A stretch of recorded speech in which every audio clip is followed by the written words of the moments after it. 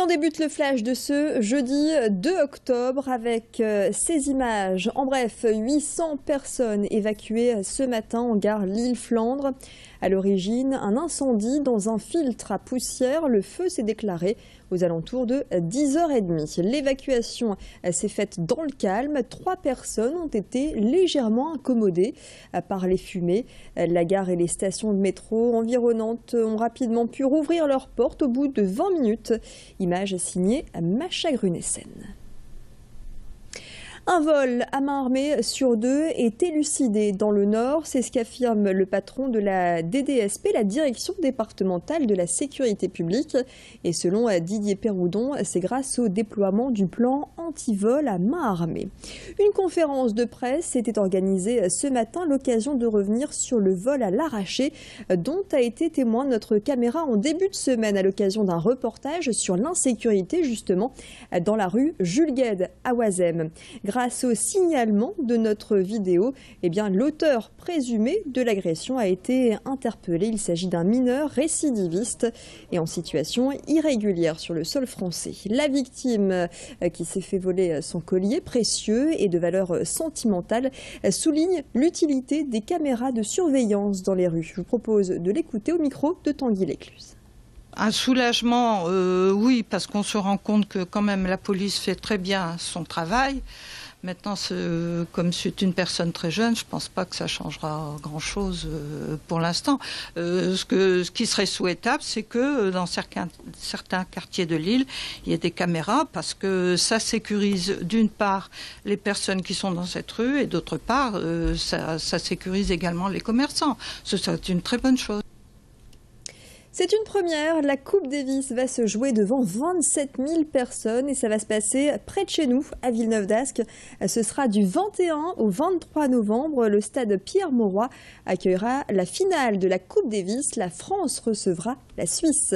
Les billets seront disponibles dès le 17 octobre sur le site internet de la Fédération française de tennis. Comptez entre 30 et 220 € par personne. Lille Grand Palais accueille 400 jeunes jusqu'à samedi. Ils ont moins de 25 ans, ils sont tous européens et ils participent à une grande compétition des métiers Euroskills. Une quarantaine de métiers est représentée et le but est de mettre en avant son savoir-faire. En cas de médaille, c'est un plus dans la carrière des élèves apprentis. 9 nordistes font partie des 25 compétiteurs de l'équipe de France. Les plus doués participeront à la grande finale mondiale, les World Skills à Sao Paulo en janvier prochain. Ce matin, Macha Grunessen était sur place pour recueillir quelques témoignages. Écoutez. C'est un entraînement, on a des sujets, petit à petit on a des infos de plus en plus. Encore au jour d'aujourd'hui ça change, mais pendant 6 mois on se consacre à ça, on essaye de bien sûr travailler, mais il faut se consacrer à ça vraiment. Le fait de se comparer aux autres, c'est important pour nous, on en a besoin au bout d'un moment. Le fait de cet esprit d'équipe qui est super important, là je suis avec mon binôme, c'est un esprit d'équipe qu'on ne vivra jamais ailleurs, même en entreprise, en 10 ans on ne fera jamais ça. Pour une fois dans ma vie je vais représenter mon pays, ça sera certainement la dernière fois.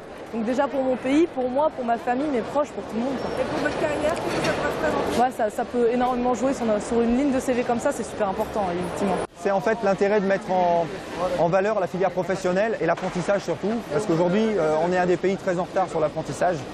Et aujourd'hui on veut dire que l'apprentissage, ça fait partie des filières d'excellence. Vous avez aujourd'hui des jeunes qui commencent par un BEP et qui finissent ingénieur, c'est mon cas aujourd'hui. Jérémy il a commencé par un BEP, il a un BTS, il est technicien supérieur. Aujourd'hui moi je travaille dans une grosse société aéronautique et on essaye de l'embaucher.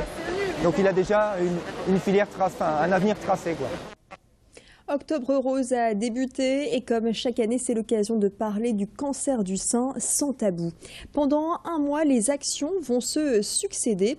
À Lille, le groupe HPM Hôpitaux Privés Métropole vient d'ouvrir la Maison du Cancer, un lieu qui se veut convivial avec comme mot d'ordre l'écoute, le soutien ou encore l'information.